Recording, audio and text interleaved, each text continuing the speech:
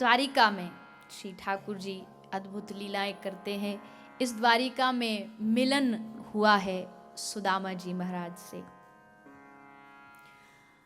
बाल्यकाल के सखा गुरु के आश्रम में साथ में शिक्षा दीक्षा प्राप्त की।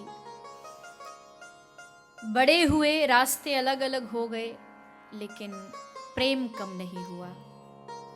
और सुदामा तो भगवान के निष्काम भक्त कहे जाते हैं। इनकी पत्नी सुशीला भी बहुत धर्मात्मा थी। सुशीला सुदामा जी से कभी किसी प्रकार की शिकायत नहीं करती। कई बार मैंने कथा में ऐसा श्रवण किया है कि सुशीला जी को दिखाया जाता है कि वो धन के लालच में थी, लेकिन भागवत में ऐसा कहीं नहीं लिखा।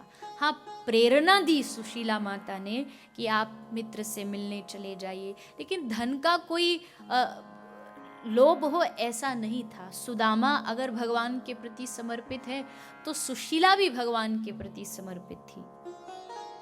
सुदामा जी की कथा को लेके कुछ भ्रांतियां गलत भी फैलाई जाती हैं। उसका कारण यह है कि भागवत में विशेष रूप से बहुत विस्तार से तो शुकदेव जी ने इस कथा को नहीं गाया, लेकिन और शास्त्रों को देखा जाए, जैसे वंशीधरी जी की टीका है, उन्होंने सुदामा जी के प्रसंग को विस्तार से कहा है।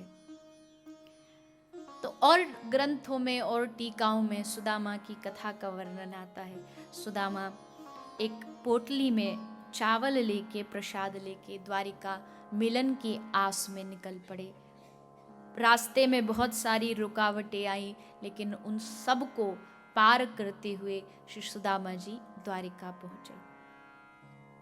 द्वारिका में जाकर के द्वारपालों तक सूचना पहुंची। द्वारपालों ने देखा कि वेश बड़ा सुंदर है सुदामा जी का, माथे पर चंदन, गले में माला। समझ गए कोई भक्त वैष्णव है। भगवान के द्वारपाल हैं, समझदार है। जब स्वरूप देख लिया भक्त का है तो धक्के मार के भगाएंगे नहीं। प्रार्थना जरूर की थी कि महाराज अगर भगवान ने आज्ञा दी तो मिलवा देंगे, नहीं तो आपको माफ करिएगा, वापस जाना होगा। भक्त की पहचान देख के जो वैष्णव होगा वो समझ जाएगा कि ये भक्त है, भले बाहर से ही हो। कई लोग कहते हैं अरे ये तो दिखावा है, माथे पे चंदन, गले में माला। कोई बात नहीं, दिखावा सही। आप दिखावे के लिए हम दुनिया में कितने सारे काम करते हैं। भले हमको कितनी भी गर्मी लग रही हो, शादी में जाना तो टाई लगा के जाएंगे, दिखावा ही तो है। कितनी भी ठंड पड़ रही हो, एकदम मैया कांप रही होगी शादी में, पर स्वेटर नहीं पहनेगी, ये दिखावा ही तो है।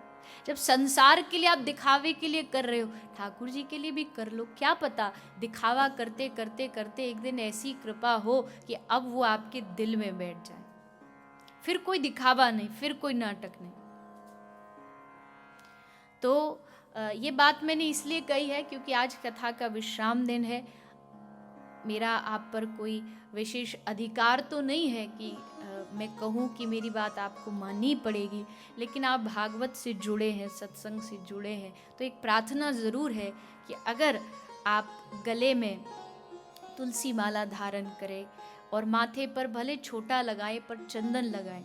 और विदेश में तो इतनी अच्छी बात है, कोई देखने वाला भी नहीं आपको, शर्माए तो किससे। भारत में फिर भी चंदन लगा के निकल जाओ तो लोग ऐसे घूर घूर के देखते हैं जैसे कोई दूसरे ग्रह से आए हो। पर यहाँ तो दुनिया वैसी इतने फैशन में लगी पड़ी है, तो आप भी ये फैशन ही कर लो। थोड़ा चंदन, गले में माला हो, क्या होगा मैंने आपको पहले ही दिन बताया था, जिसके गले में माला हो मतलब लाइसेंस, उसका कोई मालिक है, वो लावारिस नहीं है। जैसे किसी कुत्ते के गले में बेल्ट होती है मतलब उसका कोई मालिक है, वैसे ही हमारा भी कोई मालिक रहेगा, इस बात का प्रमाण है।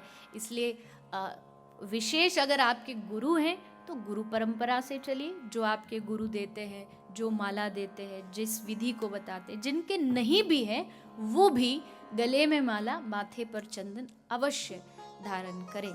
भले बहुत बड़ा संप्रदाय का नहीं, छोटा चंदन भी अगर आप लगाएंगे तो भगवत कृपा अवश्य प्राप्त होती है। सुदामा जी को देख के द्वारपालों ने प्रणाम किया, भगवान को सूचना दी। और आप सभी जानते हैं कि भगवान प्रेम के खातिर, सुदामा के त्याग के खातिर समस्त मर्यादा तोड़ के आए, सुदामा को गले से लगाया, उनके चरण भगवान ने अपने अश्रुओं से धोए, चरण प्रक्षालन किया। और फिर कुछ दिनों तक सुदामा जी वहाँ रहने के बाद अपनी वृंदापुरी वापस आते हैं, जहाँ बड़े बड़े महल दुमहल खड़े हुए हैं। सुदामा ने मांगा कुछ नहीं, लेकिन भगवान ने अपनी कृपा से सुदामा को सब कुछ प्रदान कर दिया। मांगने से कुछ कुछ मिलेगा, पर बिना मांगे तो भगवान सब कुछ दे देते हैं, अपनी कृपा बरसा देते हैं। तो सुदामा जी पर भगवान की अति कृपा हुई।